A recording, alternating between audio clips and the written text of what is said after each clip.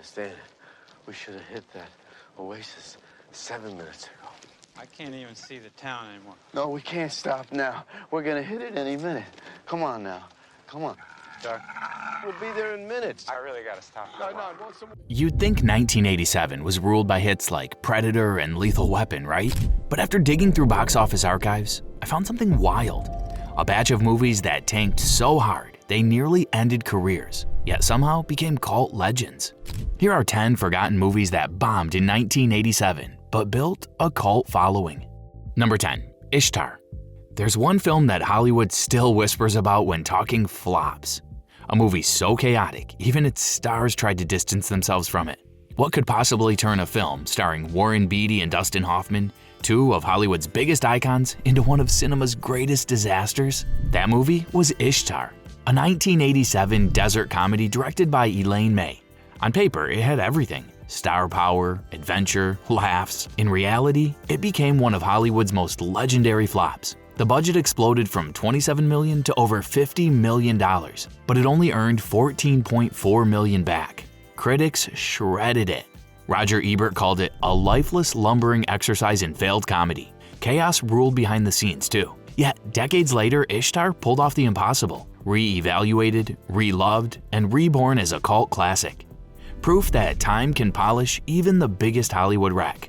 But Ishtar wasn't the only 1987 flop to stage a comeback, because the next one tried to turn something as simple as arm wrestling into blockbuster drama, and ended up pinning itself to history. Number 9. Over the Top. For this one, imagine Rocky, but swap boxing gloves for arm wrestling, and throw in an 18-wheeler or two.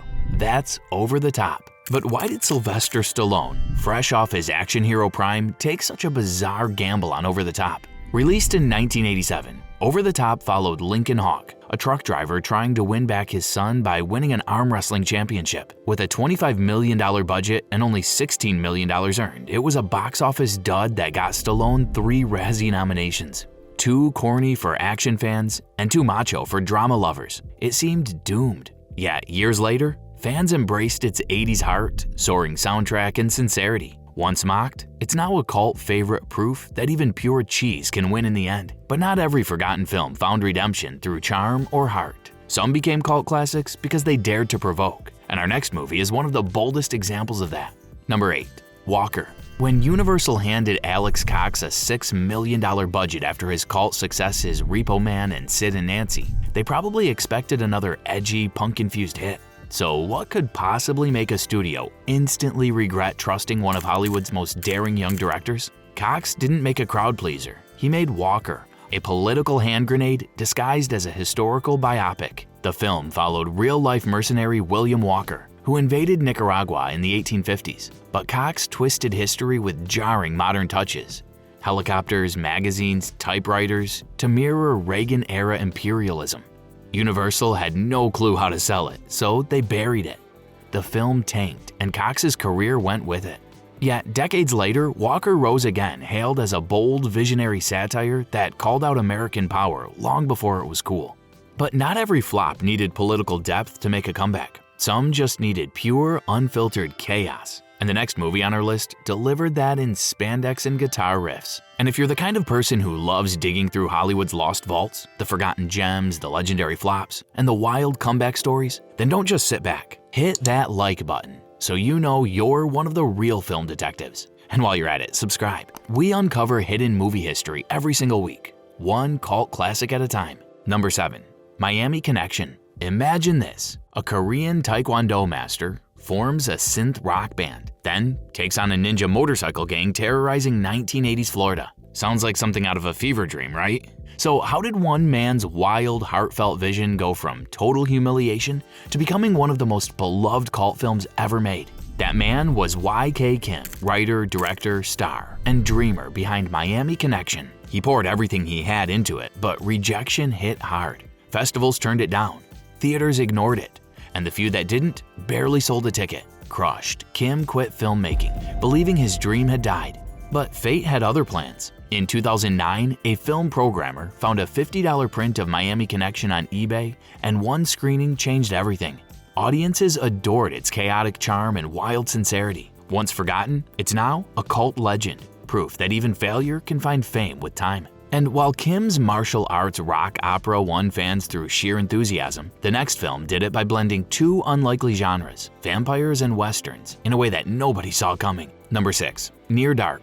Before Kathryn Bigelow was collecting Oscars, she was crafting a vampire movie that didn't care about fitting into any box. But what happens when a filmmaker takes vampires out of castles and drops them into the dusty neon wastelands of the American West? The answer was Near Dark. A dark, thrilling mix of horror, western grit, and punk energy. It follows Caleb, a small-town boy drawn into a nomadic vampire family led by a wild Bill Paxton, whose performance as Severin is unforgettable. Critics praised its style, but audiences overlooked it, and it was quickly overshadowed by The Lost Boys. Decades later, it gained cult status for its gritty cinematography, punk energy, and mysterious world-building.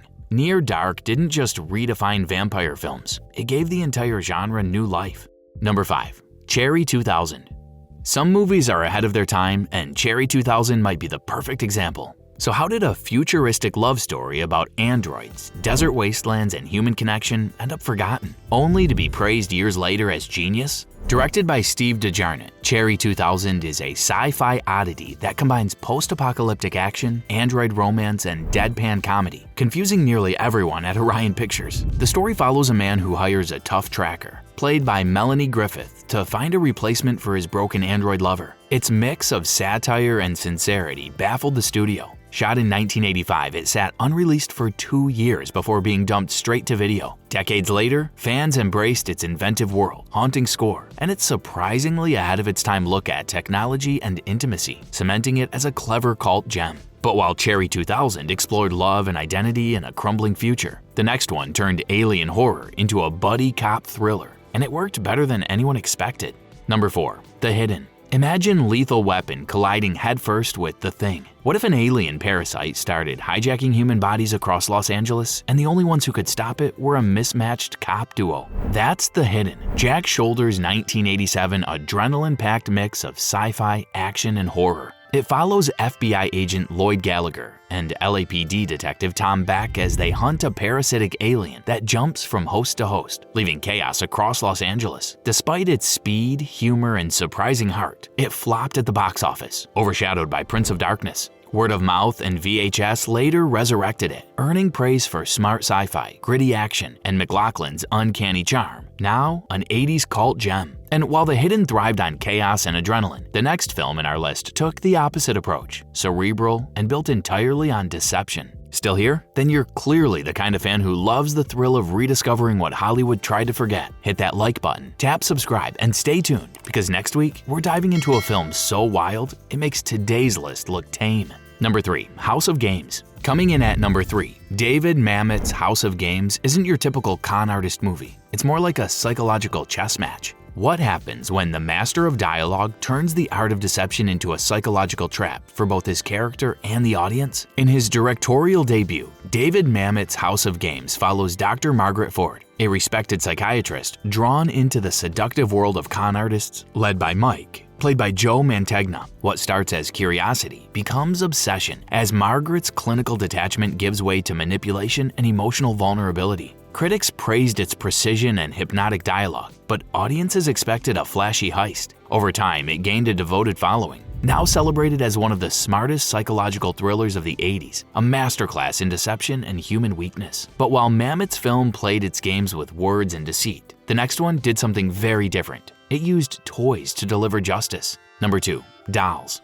After Reanimator, fans expected Stuart Gordon to go even gorier, louder, bloodier. So what made him trade buckets of blood for porcelain smiles and fairy tale morals? Dolls was Gordon's unexpected detour, a gothic bedtime story that turned innocent toys into instruments of punishment. It follows a kind toy maker and his wife, whose living dolls deliver poetic justice to the cruel and corrupt guests trapped in their mansion. It was like Hansel and Gretel meets Child's Play, with equal parts heart and horror. Critics were split. Roger Ebert dismissed it as lacking the outrageous energy of Reanimator, and its limited release didn't help. But horror fans eventually rediscovered Dolls on home video, where its creepy charm and practical effects began to shine. Gordon's mix of innocence and terror, paired with Guy Rolfe's gentle yet unsettling doll maker, turned it into a cult favorite. Today, it's seen as an underrated gem that proves horror doesn't always need to scream. It can whisper like a twisted bedtime story. Number 1. Leonard, Part 6.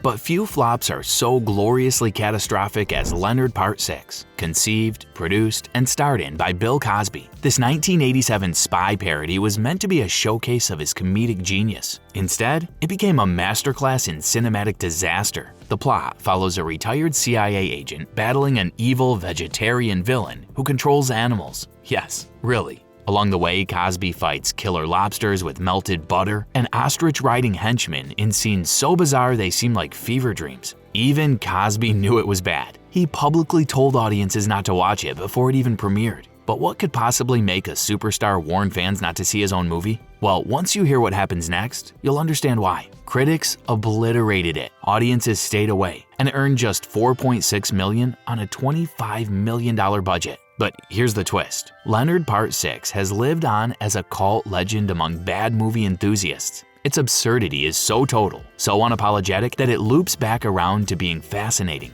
From exploding hot dogs to cartoonish slapstick, it's the kind of cinematic train wreck you can't look away from. A perfect relic of 1980s Hollywood gone completely off the rails.